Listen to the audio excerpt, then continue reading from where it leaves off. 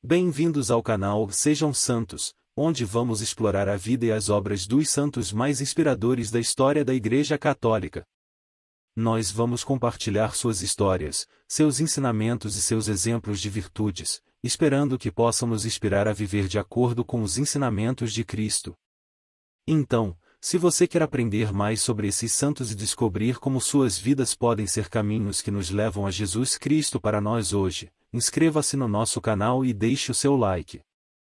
Inscreva-se hoje mesmo, divulgue nosso canal a seus amigos e comunidades e nos ajude o nosso canal para que possamos alcançar mais pessoas na divulgação a conhecer mais a vida dos santos. Onde a santidade é uma jornada diária. Faça parte dessa comunidade de busca pela santidade.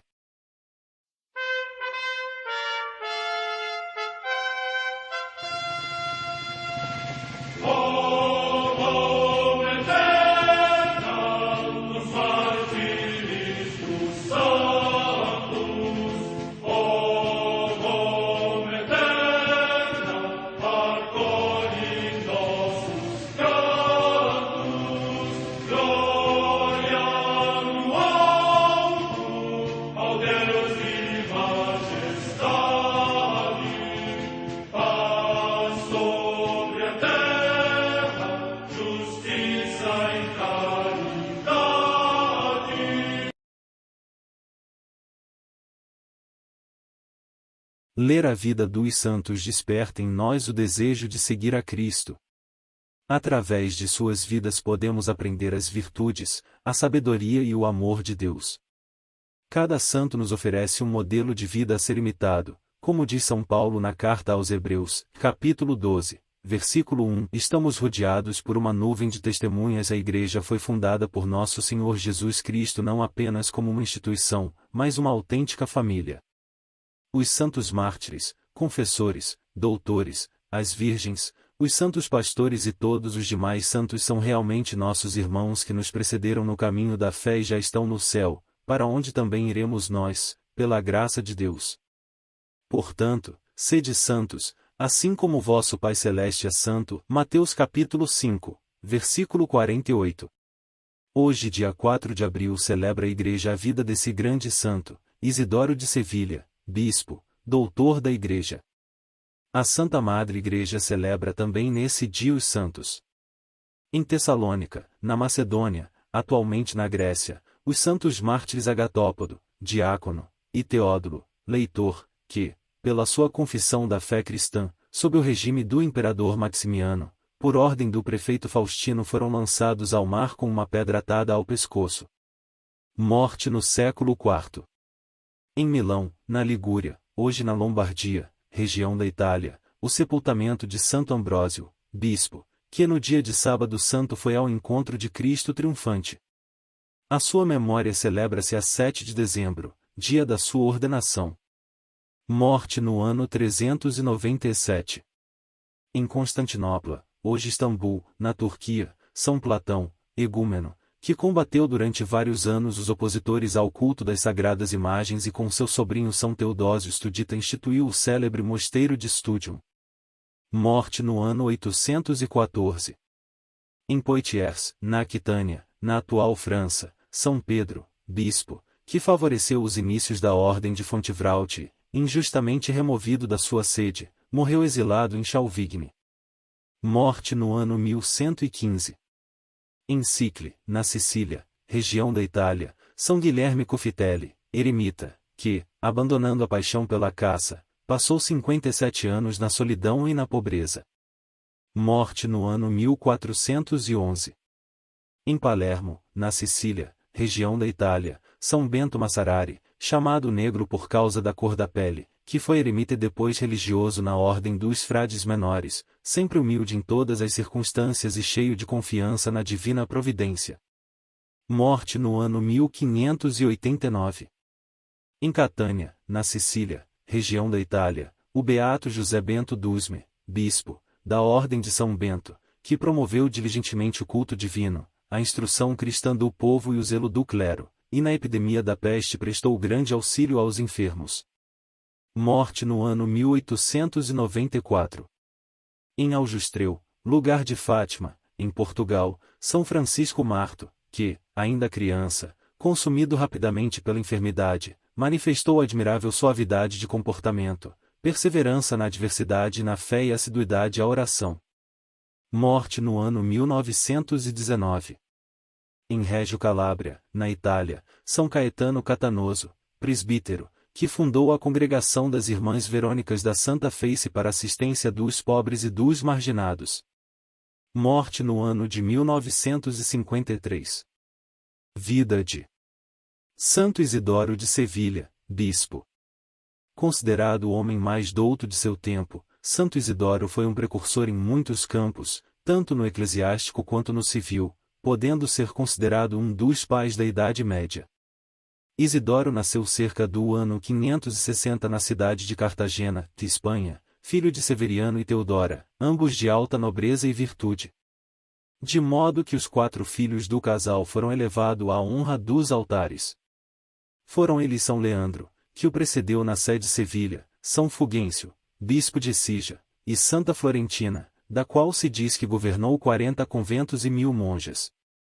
Embora sendo um dos autores mais lidos e plagiados de seu tempo, esse grande doutor da Igreja não teve um biógrafo contemporâneo. Assim sua vida, além dos traços gerais conservados pela tradição, tem que ser procurada em dados de seus inúmeros escritos. O que é certo é que Isidoro foi de uma inteligente muito privilegiada, memória fabulosa, e muito aplicado ao estudo e à leitura.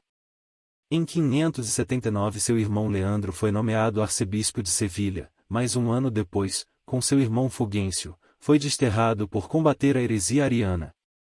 Essa perseguição terminou com a morte do ímpio rei Leovigildo. Fanático ariano, ele não recusou dar a morte ao seu próprio filho, Santo Hermenegildo, por este ter se convertido à Igreja Católica, Apostólica, Romana. Ascendeu ao trono outro filho, Recaredo que, como seu irmão, também abjurou a heresia ariana. Retornando às suas dioceses seus 2 irmãos, Isidoro retirou-se para um mosteiro onde continuou seus estudos, chegando a dominar perfeitamente o latim, o grego e o hebreu. Dedicou-se também a formar uma biblioteca, a qual dificilmente encontra similar em toda a Idade Média. Isidoro, além de sábio, era um eminente organizador. Dando-se conta de que a legislação que regulava a vida monástica era falha e obscura em muitos pontos, escreveu para os vários mosteiros da Espanha uma regra de los monges, onde tudo é claro, simples, metódico. No ano 600, tendo falecido Leandro, Isidoro foi escolhido pelo rei e pelo povo para substituí-lo na sé de Sevilha, então a principal de toda a Espanha.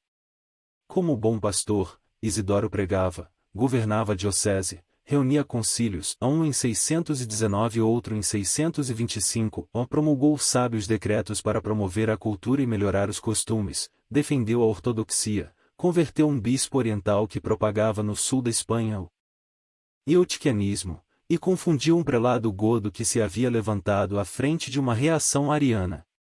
Mais ainda, não poupou nada para exterminar o arianismo que infestava ainda grande parte de sua diocese.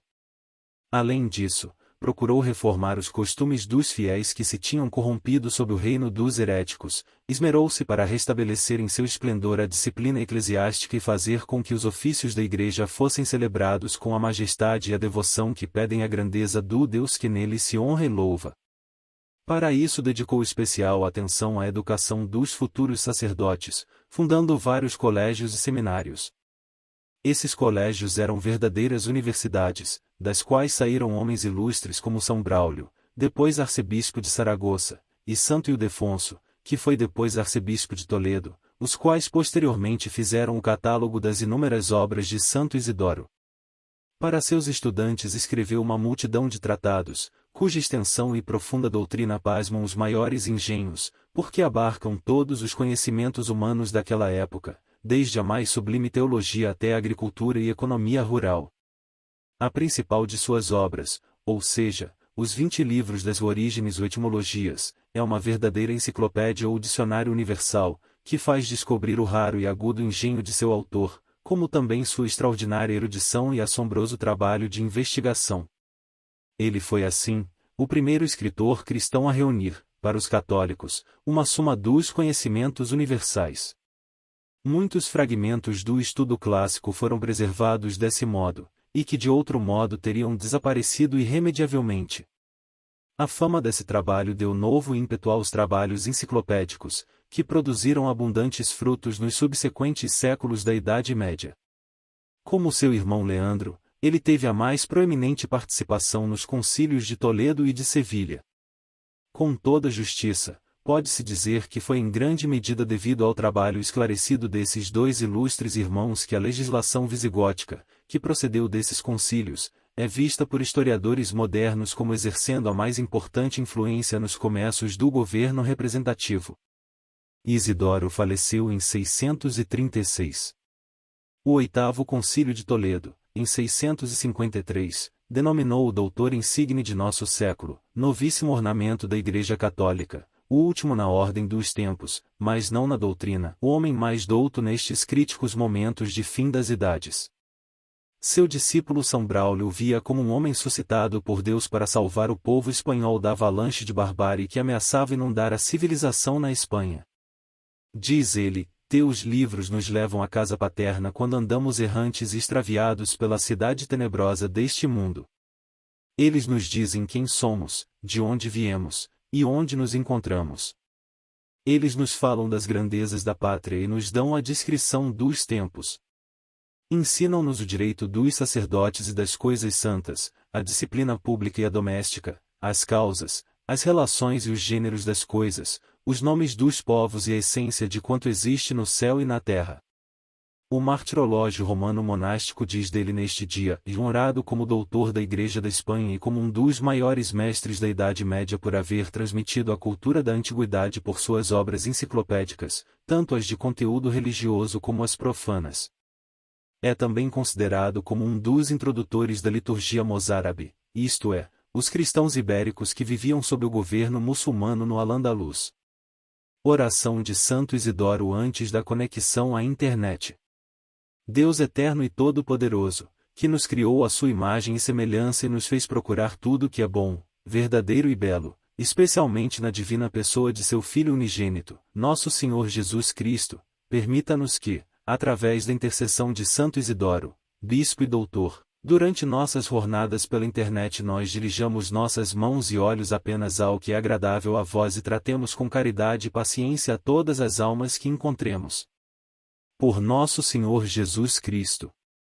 Amém.